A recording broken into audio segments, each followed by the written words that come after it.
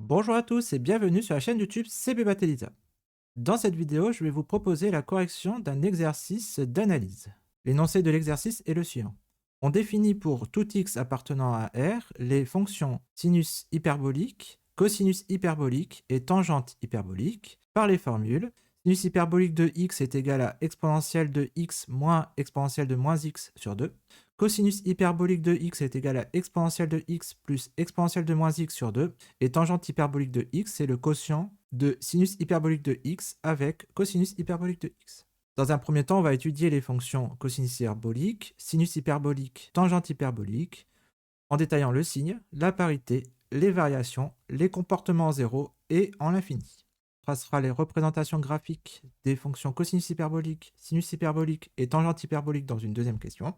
On va prouver la relation fondamentale de la trigonométrie hyperbolique. Cosinus hyperbolique au carré de x moins sinus hyperbolique au carré de x est égal à 1. On prouvera les formules d'addition pour tout x et y appartenant à R. Sinus hyperbolique de x plus y est égal à sinus hyperbolique de x fois cosinus hyperbolique de y, plus cosinus hyperbolique de x fois sinus hyperbolique de y, et cosinus hyperbolique de x plus y est égal à cosinus hyperbolique de x fois cosinus hyperbolique de y, plus sinus hyperbolique de x fois sinus hyperbolique de y. Et enfin, on résoudra une équation de trigonométrie hyperbolique. Cosinus hyperbolique de x est égal à 2. Alors, on va étudier les fonctions cosinus hyperbolique, sinus hyperbolique et tangente hyperbolique. Alors, on va commencer par la fonction cosinus hyperbolique de x. Alors, le signe. On sait que pour tout x appartenant à R, exponentielle de x supérieur strict à 0 et exponentielle moins x est strictement supérieur à 0. Donc, cosinus hyperbolique, c'est la somme de exponentielle de x, exponentielle moins x, le tout divisé par 2. Bah, on a que cosinus hyperbolique de x est strictement supérieur à 0, car c'est la somme de deux fonctions positives sur R. Alors maintenant, pour la parité, soit x appartenant à R, ici, on peut voir que cosinus hyperbolique de moins x, ça va être égal à exponentielle de moins x plus exponentielle de moins x sur 2. Alors, exponentielle de moins x, ça va faire plus x. Donc, on va avoir exponentielle de moins x plus exponentielle de x sur 2. Et maintenant, si on réordonne le numérateur, exponentielle de x plus exponentielle de moins x sur 2. Et ça, c'est cosinus hyperbolique de x. Donc ça, c'est cette formule est valable pour tout x appartenant à R. Donc la fonction cosinus hyperbolique est paire sur R. Variation. Alors on va dériver cosinus hyperbolique de x. Dérivée de exponentielle de x, c'est elle-même. Donc ça va faire exponentielle de x. Et la dérivée de exponentielle moins x, ça va faire moins exponentielle de moins x sur 2. Et on remarque que la dérivée ici, c'est sinus hyperbolique de x. Alors, on va mettre de côté l'étude de cosinus hyperbolique et on va déjà étudier le signe de sinus hyperbolique. Donc ici, sinus hyperbolique, le signe de cette fonction. Alors, pour tout x inférieur ou égal à 0, on a exponentielle de x qui va être inférieur ou égal à exponentielle de moins x. Et donc, exponentielle de x moins exponentielle moins x inférieur ou égal à 0. On divise par 2. Exponentielle de x moins exponentielle de moins x sur 2 est inférieur ou égal à 0, soit sinus hyperbolique de x inférieur ou égal à 0. Maintenant, pour tout x supérieur ou égal à 0, on a donc exponentielle de x supérieur ou égal à exponentielle de moins x. Donc on va soustraire exponentielle de x moins exponentielle de moins x supérieur ou égal à 0. Donc on aura supérieur ou égal à 0, supérieur ou égal à 0 et supérieur ou égal à 0. Donc ici on voit que la fonction sinus hyperbolique de x est négative pour x négatif et positif pour x positif. C'est-à-dire la fonction sinus hyperbolique est positive pour tout x appartenant à R+, et négative pour tout x appartenant à R-. Ainsi, on va pouvoir déduire les variations de cosinus hyperbolique de x. D'après l'étude du signe de sinus hyperbolique, on peut en déduire que cosinus hyperbolique est décroissante sur l'intervalle moins l'infini 0 et croissante sur 0 plus l'infini.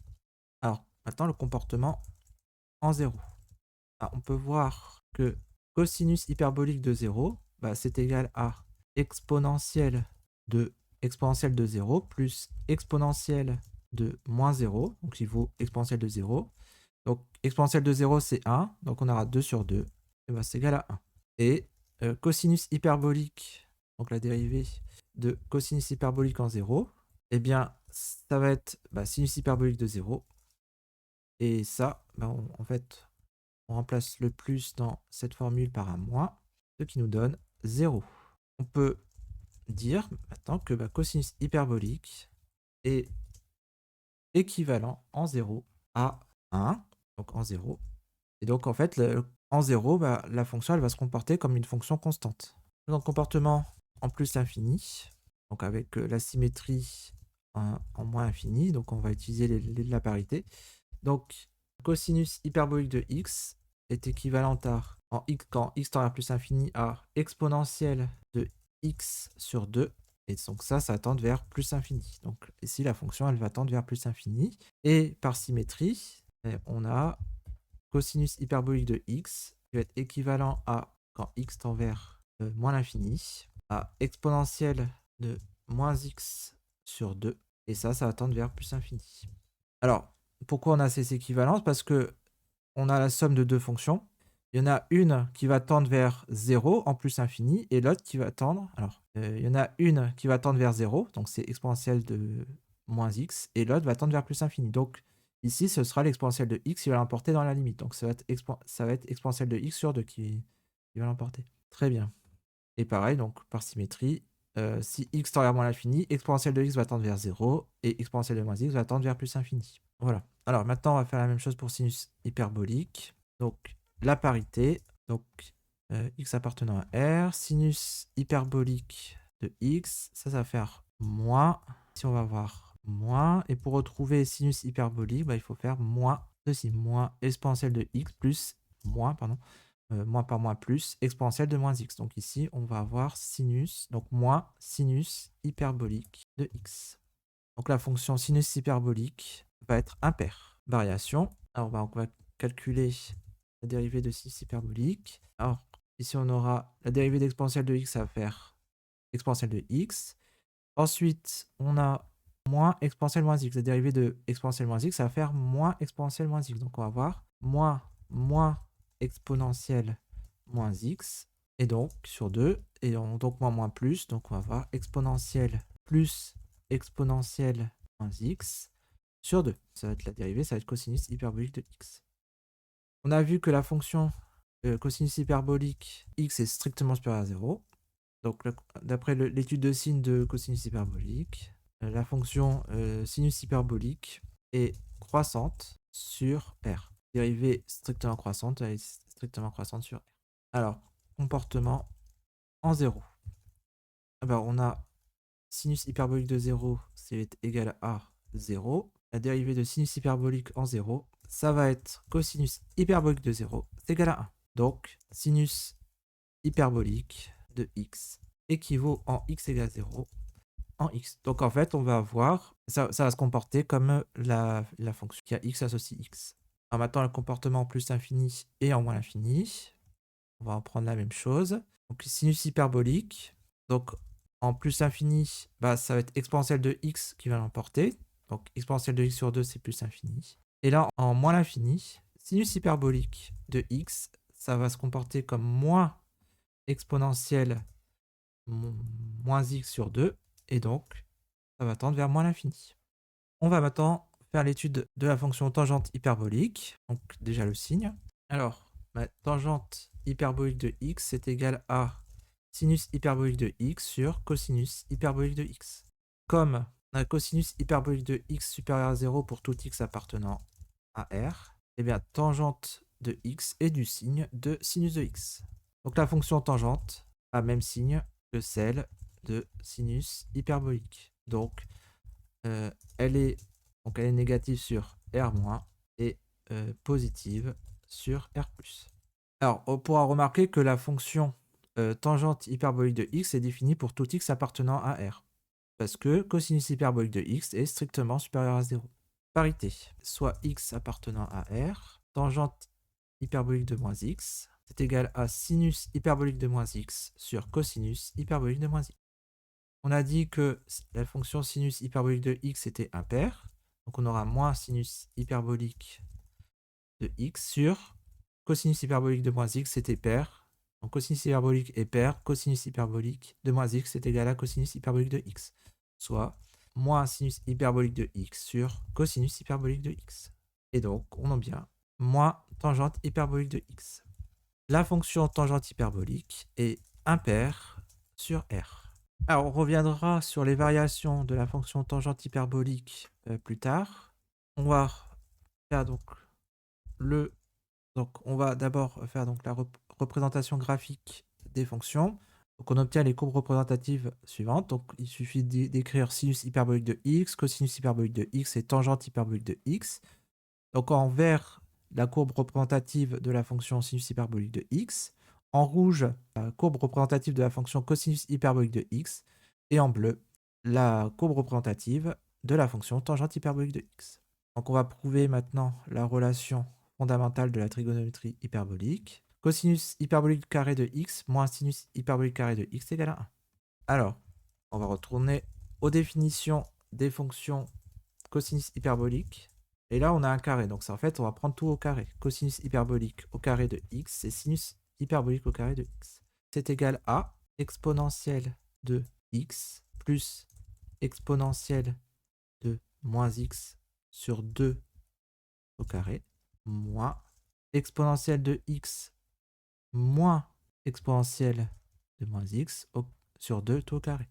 Donc le dénominateur, c'est 2 au carré, ça va faire 4. Ensuite, on va avoir exponentielle de x tout au carré, plus 2 fois exponentielle de x exponentielle moins x, plus exponentielle de moins x tout au carré, moins, entre parenthèses, ça va être le même développement, mais il faut changer le signe de exponentielle de x exponentielle moins x. On va avoir moins 2 exponentielle de x exponentielle moins x. Qu'est-ce qui va se simplifier?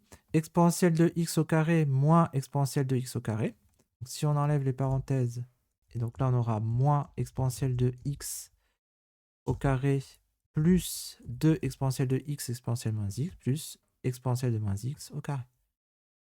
Donc, non, ici c'est moins exponentielle moins x au carré. Donc, les carrés vont se simplifier et on va avoir 2 exponentielle x exponentielle moins x plus 2 exponentielle x exponentielle moins x. Donc, on va avoir 4 exponentielle x exponentielle moins x sur 4.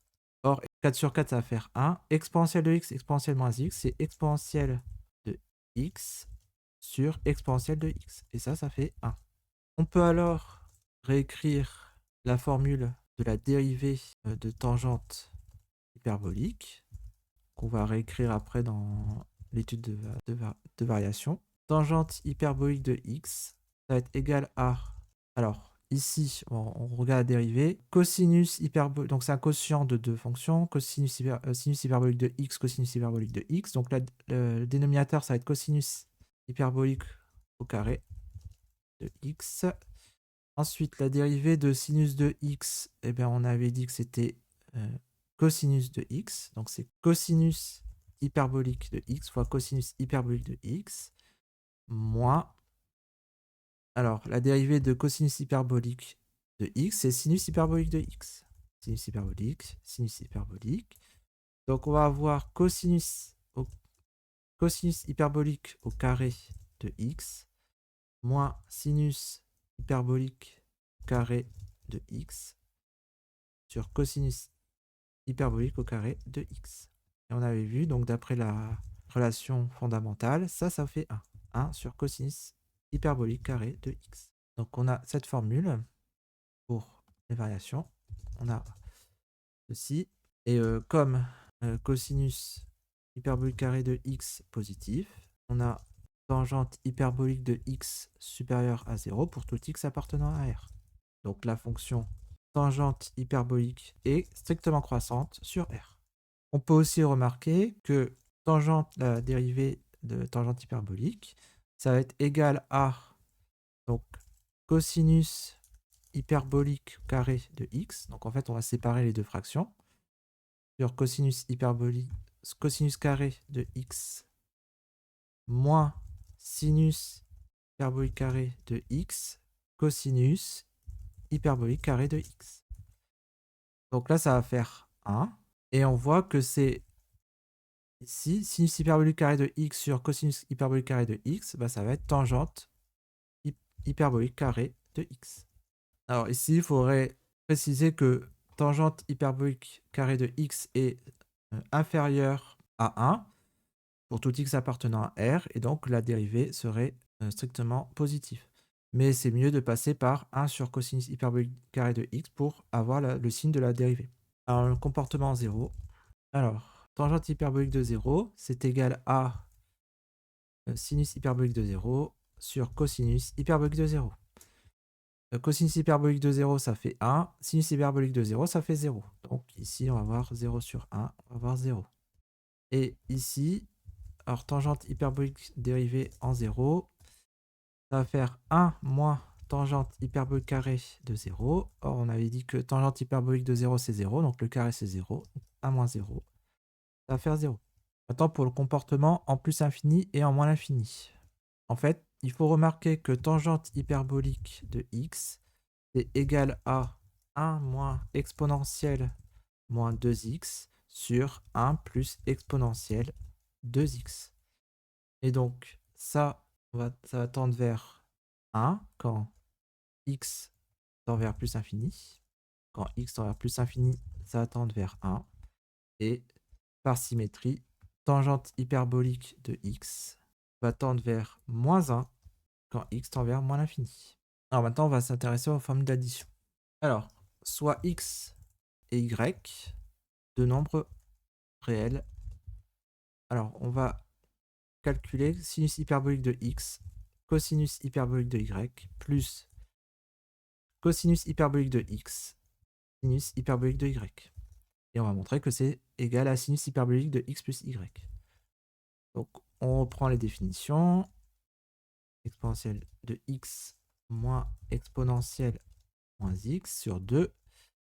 Voilà, je vais mettre des parenthèses. Fois, donc cosinus hyperbolique, donc avec y plus et avec des y, plus exponentielle, alors c'est avec des cosinus hyperbolique, donc ça va être un plus, et là ce sera plus, ce sera moins avec des y. Alors maintenant on va développer donc identité remarquable.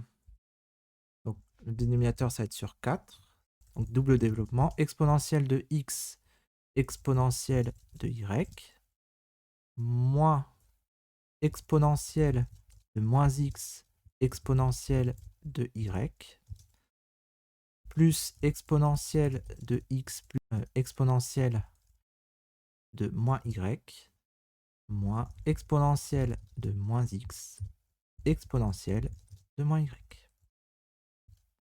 plus exponentielle de x, exponentielle de y, plus exponentielle de moins x, exponentielle de y, plus, alors, moins exponentielle de x, exponentielle de moins y, moins exponentielle de moins x, exponentielle de moins y.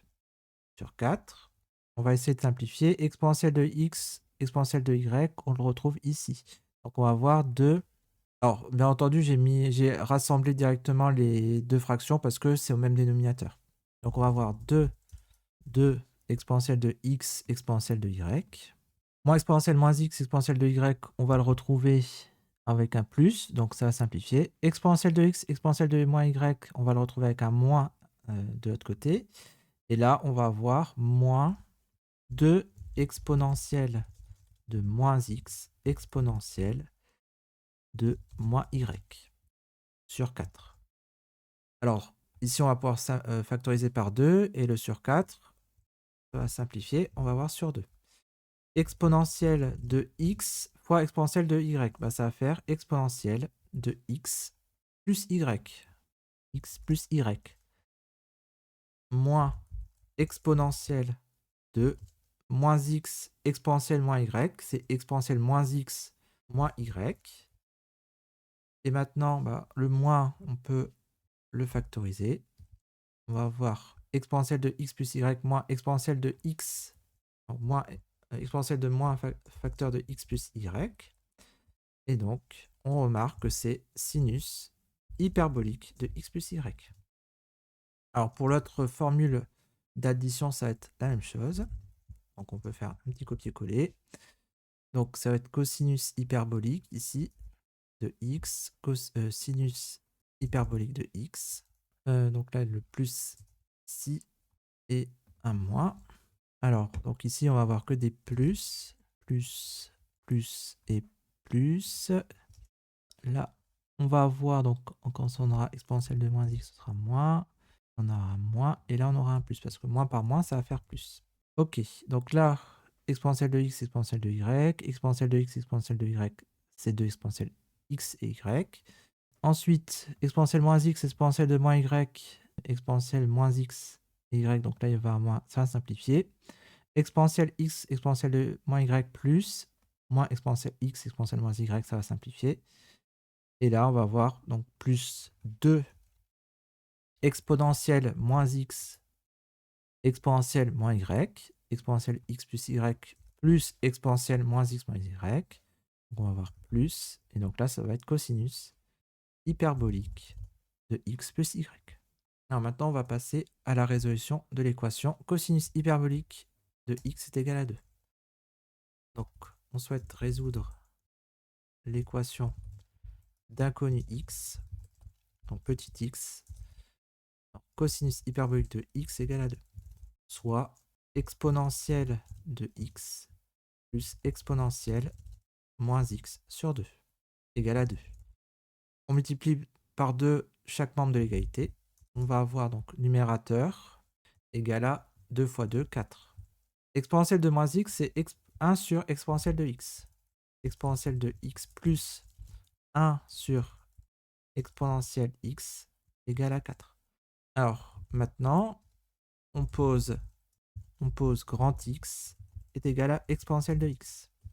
Donc l'équation devient en cosinus hyperbolique de x égale à 2, c'est seulement si grand x plus 1 sur grand x égale à 4.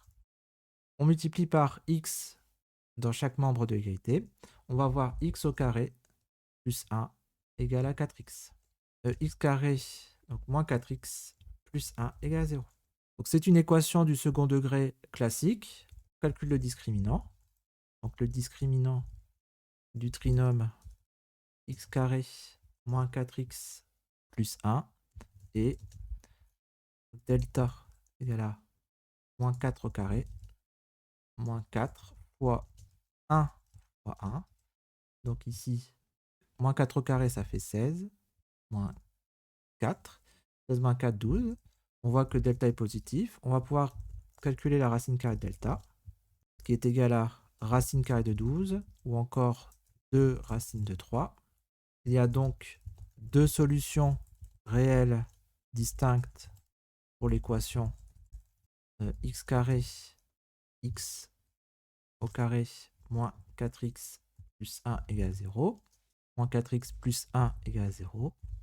Donc x1 égale à moins b, donc 4 moins 2 racines de 3 sur 2 égale à 2 moins racine carrée de 3. x2, c'est égal à 4 plus 2 racine de 3 sur 2, soit 2 plus racine de 3. Alors, on remarque, alors déjà, il faut voir que on a posé x est égal à exponentielle de x, soit petit x est égal à ln de grand X. Donc ici, on applique, pour avoir x petit x1 petit x2, il faut appliquer le logarithme népérien. Or, 2 est supérieur à racine de 3, parce que ici, on a 4 est supérieur à 3. Donc 2 moins racine de 3 est supérieur à 0. Il y a donc deux solutions à l'équation. Donc l'équation initiale qui est cosinus hyperbolique de x égale à 2. Donc c'était x1 égale à ln de 2 moins racine carrée de 3. Et x2 est égal à ln de 2 plus racine carrée de 3. Avant de conclure l'exercice, on peut vérifier graphiquement les solutions de l'équation. Cosinus hyperbolique de x et on veut y égale à 2. Alors, on a trouvé x est égal à ln de 2 moins racine carrée de 3. On voit bien ici le point d'intersection. Et x égale à ln de 2 plus racine carrée de 3. Racine carrée de 3. Et on a un deuxième point d'intersection ici. Donc on a bien deux solutions. x1 est égal à ln de 2 moins racine carrée de 3. Et x2 est égal à ln de 2 plus racine carrée de 3. Bien, la vidéo est maintenant terminée. Merci de l'avoir suivi. Un like, un abonnement ou un commentaire sont toujours les bienvenus. Vous pouvez aussi regarder les liens en bas de la description si vous voulez soutenir notre travail. Bon courage dans vos révisions du CAPES et à bientôt pour de nouvelles aventures mathématiques.